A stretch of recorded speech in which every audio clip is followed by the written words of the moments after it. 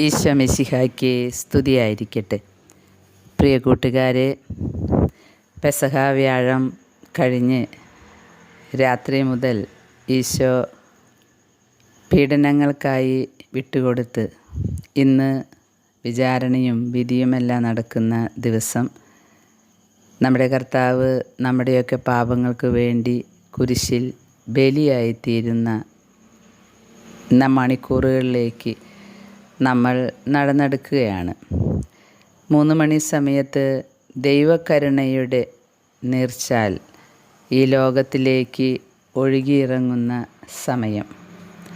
നമുക്ക് ഈശോയെ കുമ്പിട്ട് ആരാധിക്കാം. അവിടുന്ന് ആ കരുണയുടെ ഉറവ നമുക്ക് അനുവദിച്ച് തന്നതിന്. ഇന്ന് ഞാൻ ഒരു ഓർമ്മപ്പെടുത്തലിനാണ് ഈ വോയിസ് ഇടുന്നത്. ഇന്നു മുതൽ നമ്മൾ ദൈവകരുണയുടെ നൊവേന ചൊല്ലിത്തുടങ്ങണ്ടേ?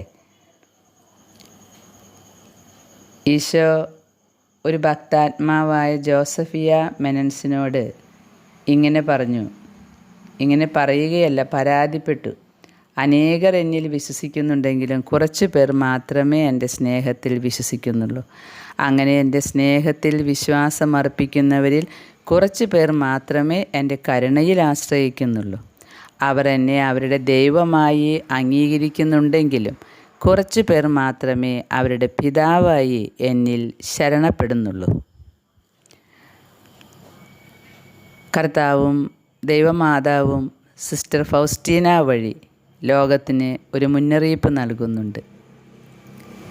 ദൈവത്തിൻ്റെ അനന്ത കാരുണ്യത്തെ പറ്റിയുള്ള വാഗ്ദാനം എത്രയും അടിയന്തരമായ ഒന്നായി കണക്കിലെടുക്കണം. അതാണ് യേശുനാഥൻ ആവശ്യപ്പെട്ടത്.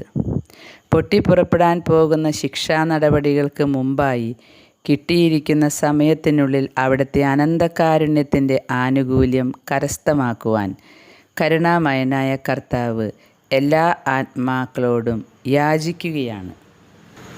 ഈശോ സിസ്റ്റർ ഫൗസ്റ്റിനായോട് പറഞ്ഞു, എഴുതുക ഈ വാക്കുകൾ, ലോകത്തോട് എൻ്റെ കരുണയെപ്പറ്റി സംസാരിക്കുക. ഇത് എത്ര അഗ്രാഹ്യമായ സംഗതിയാണെന്ന് അത് അറിയട്ടെ. ലോകത്തിൻ്റെ അന്ത്യനാളുകൾ അടുത്തു വരുന്നു എന്നതിൻ്റെ അടയാളമായിരിക്കും ഇത്. അതിനുശേഷം ന്യായവിധിയുടെ ദിവസം സമാഗതമാകും. ഞാൻ നീതിയുടെ ന്യായാധിപനായി വരുന്നതിന് മുൻപ് ആദ്യമായി കരുണയുടെ രാജാവായി എന്നെ തന്നെ വെളിപ്പെടുത്തും. കരുണയുടെ വാതിലിൽ കൂടി പ്രവേശിക്കുവാൻ ശ്രമിക്കാത്തവർ നീതിയുടെ വാതിലിൽ കൂടെ പ്രവേശിക്കേണ്ട വരും. ഇപ്പോൾ എൻ്റെ കരുണയുടെ സമയം നീട്ടിത്തരുന്നു. എൻ്റെ സന്ദർശനത്തിൻ്റെ സമയം ഗ്രഹിക്കാത്തവന് അയ്യോ ദുരിതം. നീതിയുടെ ആ ദിവസം വരുന്നതിന് മുമ്പായി സ്വർഗത്തിലൊരു അടയാളമുണ്ടാകും. സ്വർഗത്തിലും ഭൂമിയിലുമുള്ള സകല പ്രകാശങ്ങളും അണഞ്ഞു പോകും. അപ്പോൾ ആകാശത്തിൽ ഒരു കുരിശ് പ്രത്യക്ഷമാകും. ഹ്രസ്വമായൊരു സമയത്തേക്ക് എൻ്റെ കൈകളിലും പാദങ്ങളിലുമുള്ള മുറിവുകളിൽ നിന്ന് കത്തിജ്വലിക്കുന്ന പ്രകാശധാര പുറപ്പെട്ട് ഭൂമിയെ പ്രകാശമാനമാക്കും. അവസാന ദിവസത്തിന് മുമ്പുള്ള ഒരു ചെറിയ സമയമായിരിക്കും ഇത്. വിശുദ്ധ ഫൗസ്റ്റീനായുടെ ഡയറിയിലെ വാചകങ്ങളാണ് നമ്മൾ കണ്ടത്. വിശുദ്ധ ഫൗസ്റ്റീനായോട് പരിശുദ്ധ അമ്മ 1936 ഇങ്ങനെ പറഞ്ഞു, എൻ്റെ മകളെ, ലോകത്തിന് ഞാനൊരു രക്ഷകനെ നൽകി.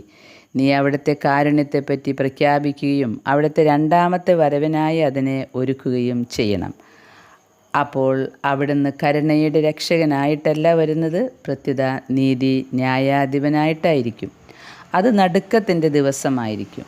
അത് നിർണായകമായ നീതിയുടെ ദിവസമായിരിക്കും. അത് ദൈവകോപത്തിൻ്റെ ദിവസമായിരിക്കും. അതിൻ്റെ മുൻപിൽ മാലാഖമാർ ഭയന്ന് വിറയ്ക്കും. ലഭ്യമായിരിക്കുന്ന ഈ സമയത്തിനുള്ളിൽ കർത്താവിൻ്റെ അനന്ത കാരുണ്യത്തെപ്പറ്റി ആത്മാക്കളോട് നീ സംസാരിക്കണം. ഇപ്പോൾ നീ മൗനം പാലിച്ചാൽ അന്തിമ നാളിൽ അനേകം ആത്മാക്കളുടെ കണക്ക് നിനക്ക് കൊടുക്കേണ്ടി വരും. ഒന്നും ഭയപ്പെടാതിരിക്കുക, അവസാനം വരെ വിശ്വസ്തയായിരിക്കുക. പ്രിയ കൂട്ടുകാരെ, ഇത് പരിശുദ്ധ അമ്മ വിശുദ്ധ ഫൗസ്റ്റീന അമ്മയോട് മാത്രമല്ല പറയുന്നത്, നമ്മൾ ഓരോരുത്തരോടുമാണ്. ലഭ്യമായിരിക്കുന്ന ഈ സമയത്തിനുള്ളിൽ കർത്താവിൻ്റെ അനന്തകാരുണ്യത്തെപ്പറ്റി ആത്മാക്കളോട് നമ്മളാൽ കഴിയുന്നത് പോലെ നമ്മൾ സംസാരിക്കണം. ദൈവത്തിൻ്റെ കരുണയിലേക്ക് ലോകം മുഴുവൻ വരുവാൻ അത് ഇടവരുത്തും. അതിനായിട്ട് കർത്താവ് പറഞ്ഞു കൊടുത്ത കാര്യങ്ങളാണ്: ദൈവത്തിൻ്റെ കാരുണ്യഭക്തി പ്രചരിപ്പിക്കണം. ഒന്നാമത്, കാരുണ്യവാനായ യേശുവിൻ്റെ ഛായാപടം വെച്ച് ബഹുമാനിക്കുക. രണ്ടാമത്, ദൈവകാരുണ്യ പെരുന്നാൾ ആഘോഷിക്കുക. ദൈവകാരുണ്യത്തിൻ്റെ ജപമാല ചൊല്ലുക. ദൈവകാരുണ്യത്തിൻ്റെ നൊവേന ചൊല്ലുക. എന്നിട്ട് ഈശോ പറഞ്ഞു കൊടുത്തിട്ടുണ്ട് കരുണയുടെ ജപമാല. അത് നമ്മളിവിടെ പറയേണ്ട ആവശ്യമില്ല. ഇതെല്ലാം എല്ലാവർക്കും അറിയുന്നതാണ്. ഇതൊരു ഓർമ്മപ്പെടുത്തൽ മാത്രമാണ്. ദുഃഖവെള്ളിയാഴ്ച മുതൽ നമ്മൾ കരുണയുടെ നൊവേന തുടങ്ങും. ഈ കാലഘട്ടത്തിൽ നമ്മൾ കരുണക്കൊന്ത ചൊല്ലി കർത്താവിൻ്റെ കരുണയ്ക്കായി നിരന്തരം യാചിക്കുകയാണ്.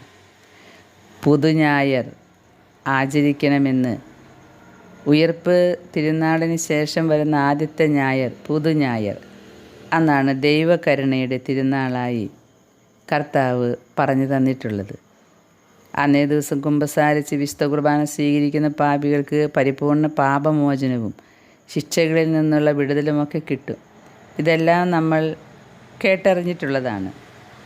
ഓരോ വർഷവും പുതിയ മാമോദീസയാണ് നൽകുന്നത്. അതിനായിട്ട് നമുക്ക് ദൈവകരുണയുടെ ജപമാല ചൊല്ലാം. ഇന്നു മുതൽ ദൈവകരുണയുടെ നൊവേന നമുക്ക് ആരംഭിക്കാം. ദുഃഖവെള്ളിയാഴ്ച മുതലാണ് അത് തുടങ്ങാൻ ഈശോ നിർദ്ദേശിച്ചിട്ടുള്ളത്. ഇന്ന് വെള്ളിയാഴ്ച 1-ാം ദിവസമാണ്. ഇന്ന് മനുഷ്യവർഗത്തെ മുഴുവനും, പ്രത്യേകിച്ച് സകല പാപികളെയും യേശുവിൻ്റെ കരുണക്കടലിൽ സമർപ്പിച്ച് പ്രാർത്ഥിക്കാൻ ആവശ്യപ്പെടുന്നുണ്ട്. നമുക്ക് ഇന്നേ ദിവസത്തെ എല്ലാ പ്രാർത്ഥനകളും സഹനങ്ങളും എല്ലാം മനുഷ്യവർഗം മുഴുവൻ, പ്രത്യേകിച്ച് സകല പാപികളെയും യേശുവിൻ്റെ കരുണക്കടലിൽ സമർപ്പിച്ച് പ്രാർത്ഥിക്കാം. ദൈവം നമ്മെ അനുഗ്രഹിക്കട്ടെ. അനേകം ആത്മാക്കളെ രക്ഷപ്പെടുത്താൻ നമ്മെയും കൊച്ചു ഉപകരണങ്ങളാക്കി മാറ്റട്ടെ. ദുഃഖവെള്ളിയാഴ്ചയിലെ എല്ലാ അനുഗ്രഹങ്ങളും നമുക്ക് ഓരോരുത്തർക്കും ലഭിക്കട്ടെ. സകല പാപികൾക്കും ഈശോയുടെ കരുണയുടെ ആഴക്കടലിലേക്ക് ഓടിക്കയറാനുള്ള കൃപ ലഭിക്കട്ടെ എന്ന് പ്രാർത്ഥിച്ചുകൊണ്ട് ആമീൻ.